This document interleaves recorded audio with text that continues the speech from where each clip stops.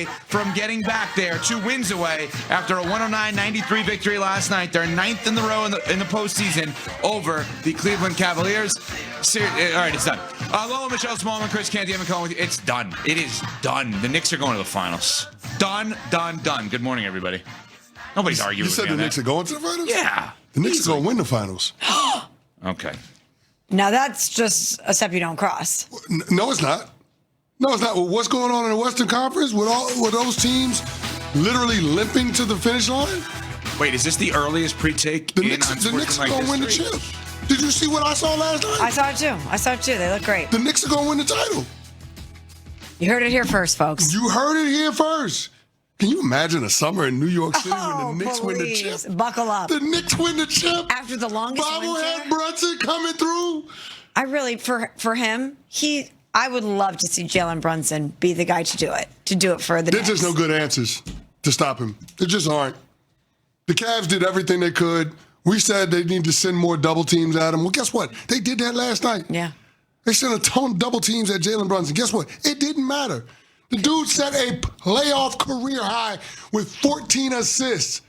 6 of those 14 assists came off of double teams from the Cavs. He was killing them, Smalls. He had 2 points at halftime, and he finished with 19 points.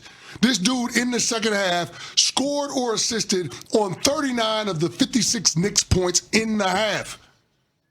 That was outstanding by Jalen Brunson.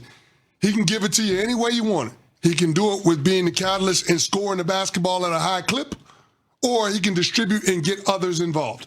And last night was a game where he did the latter and the others made shots. So kudos to them. Last night, in my mind, will forever and always be the Josh Hart game. Absolutely. I thought he was outstanding in terms of having the mental toughness to bounce back from an abysmal Game 1 performance, to start off 0-3 from three-point land and to finish 5 of 11. He had 2 huge threes at the end of the second quarter that let the Knicks finish with a lead at halftime. He had 2 huge threes that capped an 18-0 run midway through the third quarter, and at that point, it was game, set, match. Josh Hart was absolutely phenomenal. Pretty much everybody in the starting lineup for the Knicks played really well last night, but to me, Josh Hart is the one that stands out. No pun intended. His heart embodies everything that this team wants to be about. Yeah, I felt like the Cavs were saying, we're not going to let Jalen Brunson beat us. And Josh Hart was like, okay, I will. Hand raised. Tap me in. I got you. But you're ready to go there already, CC? Yeah. I'm ready to go there. Even though I know injuries are obviously the big storyline coming out of the West, but even though San Antonio's banged up, you're ready to do that if Wemby advances. You're ready to do that if the depth of Oklahoma City and Shea advance. Well, do the Oklahoma City Thunder have depth? We don't know what's going to happen with J-Dub. We don't know what's going to happen with A.J. Mitchell. Do they have depth? I mean, until I see one of the other point guards from the San Antonio Spurs on the court, alive and well and contributing to their team, I'm not going to believe it. So, those other 2 teams are killing themselves in the Western Conference Finals. That's going to be a long series, and we could be talking about the Knicks having this thing wrapped up by next Tuesday. 109-93. It got close for a second late, and then OG Anunoby hit a big 3 to put it back to double digits. But this is not a series. This is not I'm sorry. The way in which the Knicks are playing right now, and we bring up Jalen Brunson. Jalen Brunson is so damn good, and I have been so wrong about him. I personally said, he's not the best player in the team OG Anunoby is. I'm wrong. I'm dead wrong. OG Anunoby is the best two-way player, I hate that term, on the team. But Jalen Brunson is so phenomenal at what he does. Last night was one of my favorite Jalen Brunson games I've seen. And you may sit there and say, what? 7 of 16 from the floor? CC mentioned 2 points in the first half. It doesn't matter. One of my favorite NBA games I've ever seen from a player is Kobe Bryant's one of his worst games. He was 6 of 24 in 2010 NBA Finals. Didn't have it. And you know what he did for the Lakers? I got to do something else. Grab, I think, 15 rebounds. When you are a superstar player and you don't have your shot going, you figure out something else to do. What Jalen Brunson figured out last night is, I'm going to go get my roommate, the roommate's pod. I'm going to get him points. 14 assists. That's what you do when you're a superstar. So all of the terrible takes that I personally have had about you can't have a guy like Jalen Brunson as the best player on your team win a championship. You can't have someone of his size win a championship. You can't have someone that is not a great defender win a championship as your best player. I have been dead wrong about Jalen Brunson. Egg on my face. He looks awesome out there. And I apologize, Jalen Brunson, because you are unbelievable in what you've done. Unbelievable. And this is no longer a series. I'm sorry. The Knicks are kicking their butt. So the fans at MSG had it right at the end of the game. Knicks in four. Knicks in four. Knicks in four. They had it right. I'm so we'll get to the Cavs point. I'm so disappointed in the Cavs right now. I'm sorry. Like You're disgusting. You are. I'm looking You're at your scrunching face. your face. My goodness. I'm a face All scruncher three of today. your chins are balled up. Like, what is going on? You're appalled. Right? What kind of comment is that? It's true. 5 minutes in. I'm sitting there looking I have at a him. third chin now? What are we doing here? Thank you, Wendy.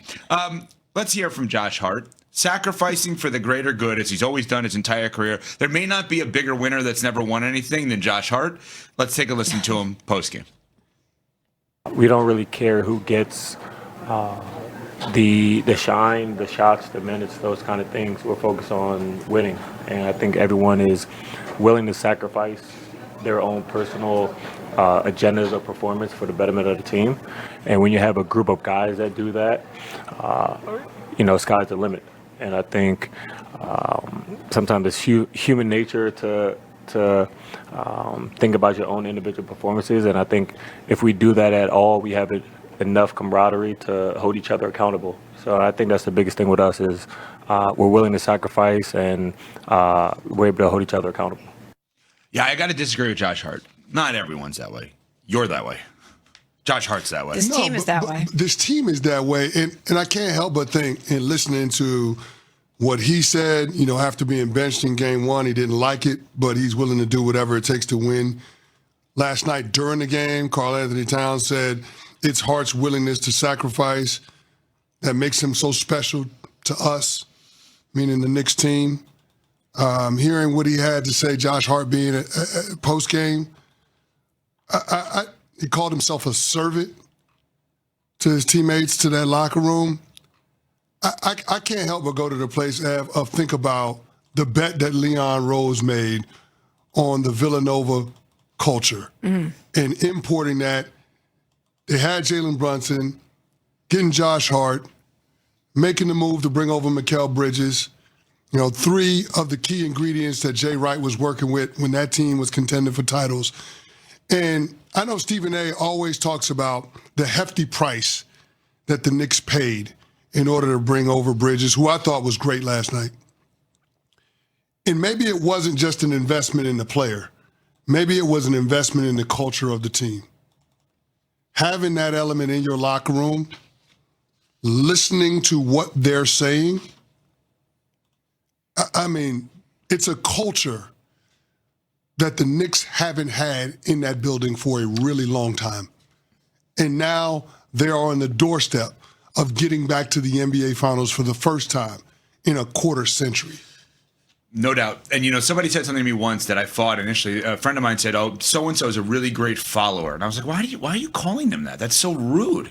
And he looks at me and he goes, why would that be rude? He goes, great followers, if you have great leaders, are really important to team building and winning. Critical. Mikal Bridges may not be the leader of the team, but you know what he is? He's great at following the lead of Jalen Brunson and Josh Hart. Because it's the correct lead. Correct. And so it's like if you have that great leader and Mikal Bridges can follow that, he comes in, you give up the 5 first round. Basically, you're giving up the 5 first rounders to double, triple, and quadruple, and what's the 5th one?